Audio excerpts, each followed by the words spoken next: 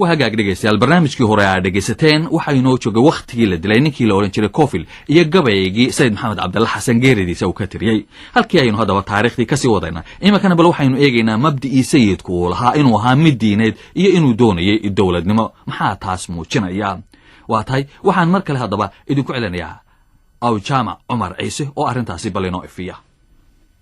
marka balgabayadii uu dalka hadda markaa kula hadlayay oo ay lagu mariyay aan wax ka soo qaado waa kuwii wadaniga ahaa ee uu markaa ku sheegayay maaragtay muxuu ahaayay in dawladnimona ka muuqanayso ku dheeraan maayo waxaan ka soo qabanayaa geeraargu kula hadlayay culamada wuxuu yidhi doodna waxaan u leeyahay culamada dafaarka waana idma doocina idinkaygu diimaye dalkaad ibiiseen baa dacarta igu kiciyey waa markay culamadu ku kaceen oo wax ka sheegeen oo yidhaahdeen ninka kanu meeluu wuxu wado ma naqaan doodna waxaan u leeyahay culamada dafaarka waran idinma doocina idinkaygu diimaye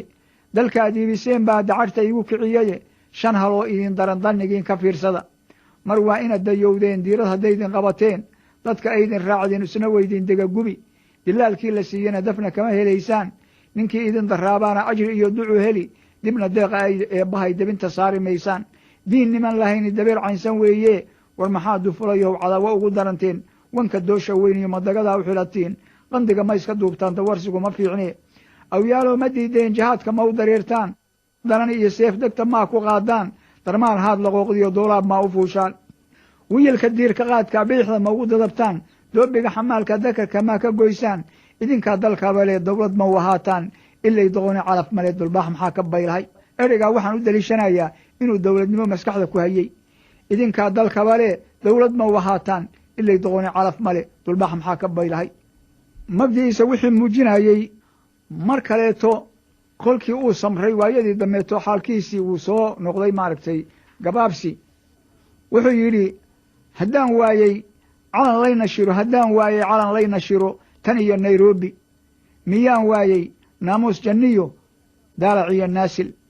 haddaan waayey ciidoo naqleh iyo ina nugaal daaqo miyaan waayey neefaan xarbada naalla ugu fuulo haddaan waayey ruux iga naxa oo ii nasaba jeegta miyaan waayey naxariis alliyo nebiga jaahiisi marka ereygaa hore oo ah haddaan waayey calan layna shiro tan iyo nairobi miyaan waayey naamuus janniyo daalac iyo naasil waxay ku tusaysaa inuu hawe ka qabay maaragtay tan iyo nairobi inuu markaa gacan ku dhigo haddii haddaba sayidku uu dagaalkaasi kulul ee uu galay uu soomaalida ku guubaabinayay inay ingiriiska iska eryaan dabcan guuldarrada ku dhacday halgankiisii waxaa gacan ku lahaa ama ka soo horjeeday dad soomaaliyeed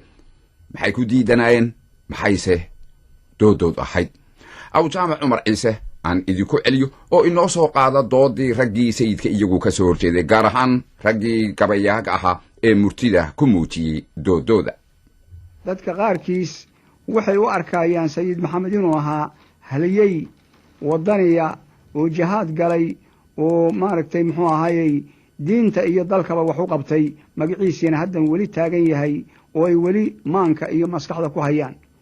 dadna waxay la ahayd ibliis la soo diray oo ummaddii laayey dadkii oo dhan kow ka dhigay xoolihii dhacay oo aan horey loo arag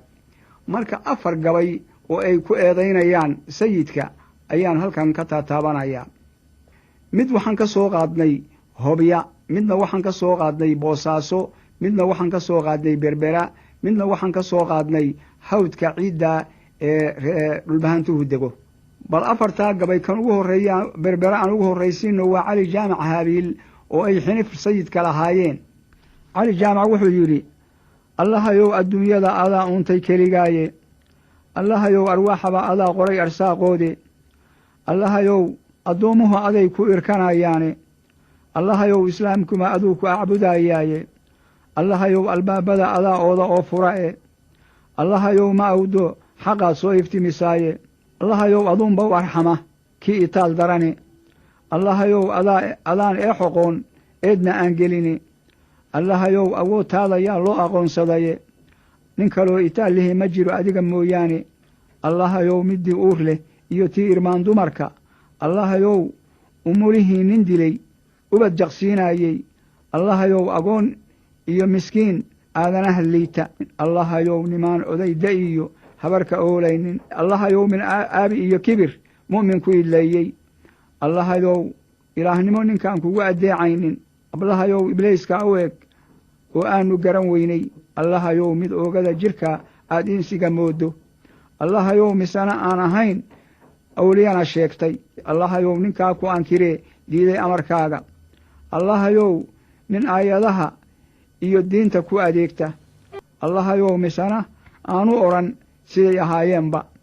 allahayow aqoonlaawaha eydu daba joogto allahayow adigu waad og tahay waadna aragtaaye allahayow arooryo iyo goor alliyo leylba allahayow ibliiska khalqigu ka ashkatoonaayo allahayow hanagu eegin ku ergaan nahaye allahayow addoommaannu nahay diinta aaminaye allahayow baryada naga ajiib ku ergaan nahay waxaan u leexanayaa markaa nin la odhan jiray cali maxamuud samantar oo gobolkaa ku noolaa magaalada boosaaso gabay u mariyey sayidkaa u yeeray baa la yidhi wuxuu yidhi i imow xoolaan ku siinayaado waa nin aada loo taxgeliyo ayuu ahaa markaasuu gabay mariyey oo wuxuu yidhi waataan afgaba yeerin jiray yarow ahaantiiye uma yoomo hawd yaalaley hays nin yuururiye ma yagfiyo yaloonkoo cidlo ah yaris nin jiifaaye usba nebi yacquub bacdalya'si buu yaasafaa yidhiye allena u yeel ducaduu yudayoo yoomadoo kacaye suu rabay ilaahay u yeel samirkii ayuube tan iyo nebi yuusuf weliyaa jiro yuu kanaa dhigaye yaa ayuhanebaa laga galiyo bariya yaasiine waxba yaan wadaadoy ka yimi odhanin yaabuuye waxba yuu isiin qaalmuhuu soo yahoobiyaye nin qabiiladiisii yuu tidhi yuu annii rabine yuu fuuna dhaha taladiisu waa yuuxan roob jirine marka waa diidayoo wuxuu yidhi u tegi maayo agtiisana mari maayo nin kaleeto isagoo jooga magaalada hobya ayaa waxa dhacay dagaal laysku arkay daraawiishtii marka waxay moodayeen markii horeeto inay daraawiishta iska celin karaan kolkii warkii loo keenay oo siday waxu laayeen iyo hoogga ay dhigeen ayuu gabay ka mariyey waxaa la odhan jiray ninkaas geylan nuur guray tumaal buuna ahaa nin gabyaaya oo caana oo la og yahay ayuu ahaa wuxuu yidhi hadday maanso caraf leedahay iyo caashaq iyo xiiso awal baan ka soo carafsaday oo cayn walbuu idhiye cajab weeye maantana adduun camalka joogaaye cayriyaamadii shalay haddii la isku caatoobay cadcadkii la laayiyo raggii ciiradka u jiifay caynaan waraarigii haddii la isku caatoobay ee labada ciidan isu timi ceelka ina diinle cara jooga iyo car soo soco hadday camaladaas noqotay nin cisaaro qaba waxaan lahaa waa la caajimiye alla nimanka waa loo cadgoyn cune abuurkiiye nin caddaaday oo caalimah oo madaxu cawsoobay oo ciidan inuu galo kal hore laga calool duubay ninku waa caruusee warmaha ku cadcaddoo dila rabbi iyo nebaa laga cuskaday caadam ma ahayne caamaannu nahay oo qalbigu naga carruurowye iyagaa cibaadada hayee culamo weydiiya in wadaadku ceeb hurin hayo oo camalku faaroobay iyo inuu cilmi aan lala oqoon curiyay oo keenay caamaannu nahay oo qalbigu naga carruurowye iyagaa cibaadada hayee culamo weydiiya carruur dhalatay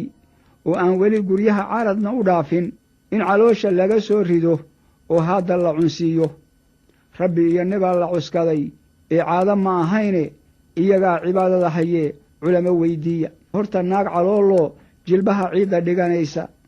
oo waxay carsanlaysaba haddii dumarku soo ciidmo ciyaal aan maalintaa ka hor la arag oo aad ciidagele mooddo inuu caawimaa la arki jiray calaf nin haystaaye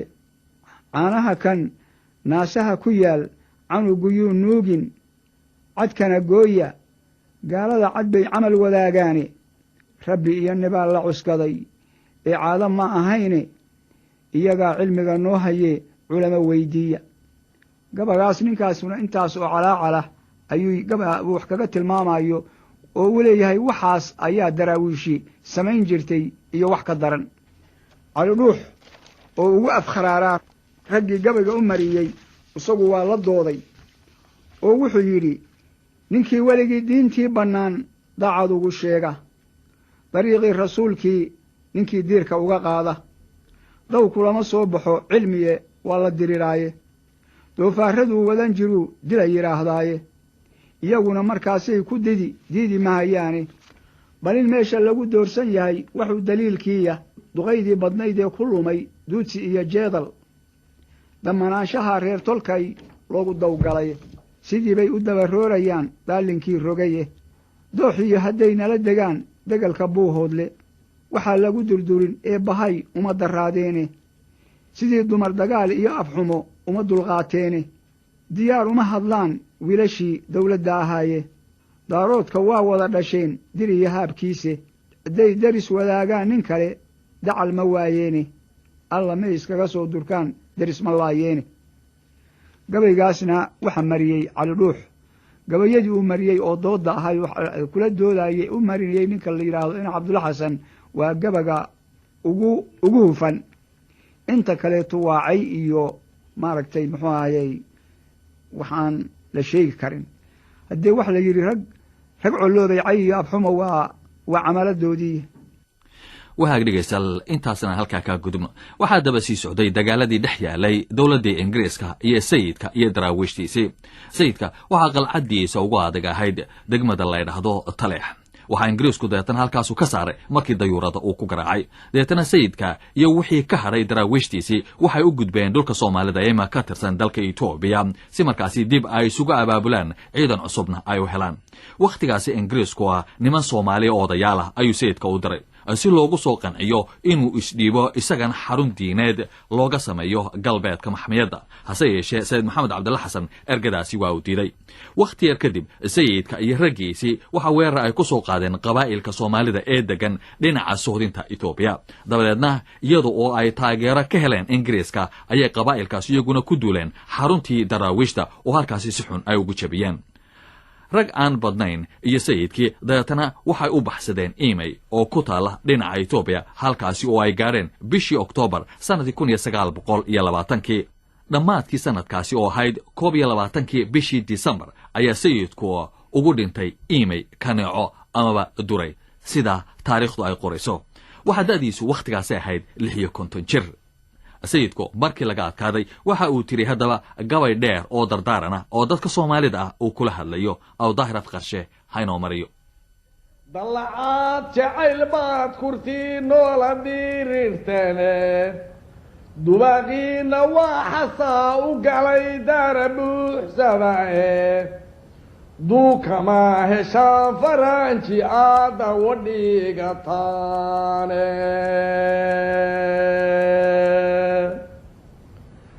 dabin buu idin qoolayaa waydin daagayaaye dirhamkuu idin qubaahayaa dib u go'aysane markaa hore dabkuu idinka dhigi dumar sidiise